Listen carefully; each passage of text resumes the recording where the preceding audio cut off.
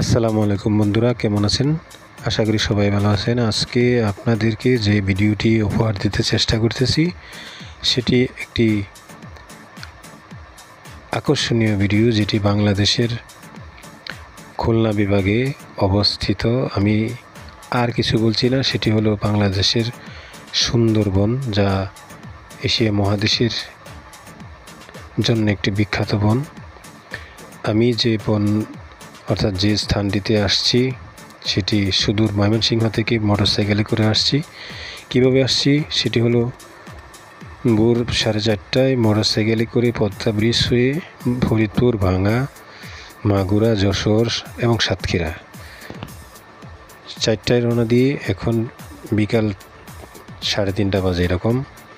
যা হোক, যারা আমার চ্যানেলটি এখনও সাবস্ক্রাইব করেননি প্লিজ দয়া করে সাবস্ক্রাইব করবেন এবং আমার ভিডিওটি কেমন হয়েছে কমেন্ট করে ইনশাল্লাহ জানাবেন। যে গ্রামটির মধ্য দিয়ে আমি মোটরসাইকেল রাইড করে যাচ্ছি সেটি বাংলাদেশের সুন্দরবনের পাশে একেবারে লাস্ট প্রান্তে যে গ্রাম, সেই গ্রামটির নাম হলো মুন্সীগঞ্জ। এটি সাতক্ষীরা জেলার শ্যামনগর থানায় অবস্থিত, বাংলাদেশের দক্ষিণ পশ্চিমাংশে অবস্থিত। একেবারে সুন্দরবনের কুল ঘেঁষা গ্রাম, যা একেবারে প্রাকৃতিক এবং রুরাল ভিলেজ যা দেখতে পাচ্ছেন। আমার কাছে এমন ভালো লাগতেছে যে এখানে থেকে যেতে ইচ্ছে করছে। যা হোক, তা তো আর সম্ভব নয়।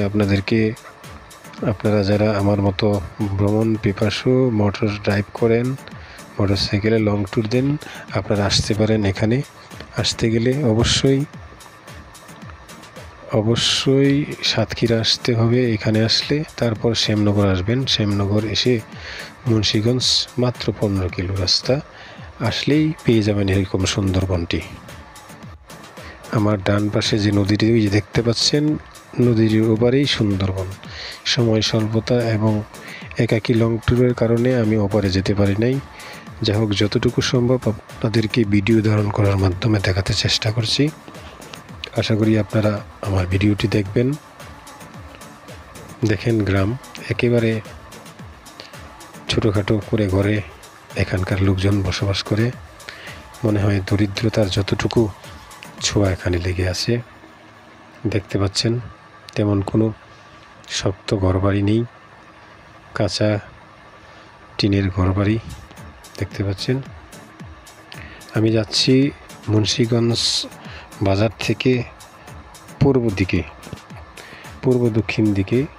এই গ্রামের মধ্যে কাঁচা পাকা ইটের সোলিংয়ের রাস্তা দিয়ে, আর গ্রামের পরিবেশটা দেখার জন্যে, সুন্দরবনের পরিবেশটা দেখার জন্যে সব কিছু মিলিয়ে, যাতে করে আমি আমার এই ভ্রমণটি একটি সার্থক ভ্রমণ হিসেবে ধরে নিতে পারি।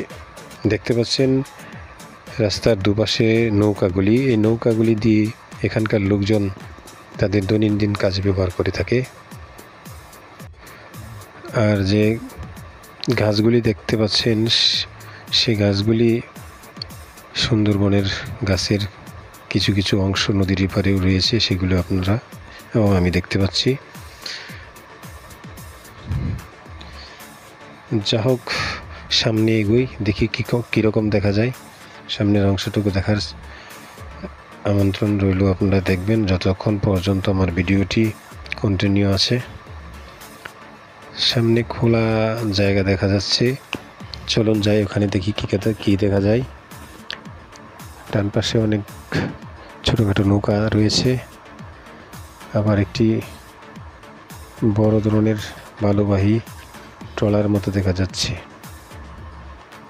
যা হোক, সামনের দিকে এগোই।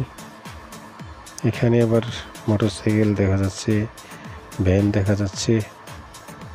সামনেও অনেক অংশ ফাঁকা, ঘরবাড়ি নেই। মনে হয় এখানে এই দিকটা শেষ।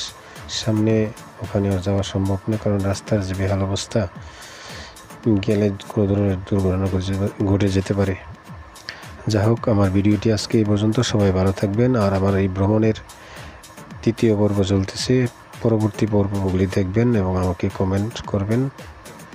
যারা এখনও সাবস্ক্রাইব করেননি সবাই আমার চ্যানেলটি সাবস্ক্রাইব করবেন এবং অন্যদেরকে সাবস্ক্রাইব করতে বলবেন। আল্লাহ হাফেজ, সবাই ভালো থাকবেন।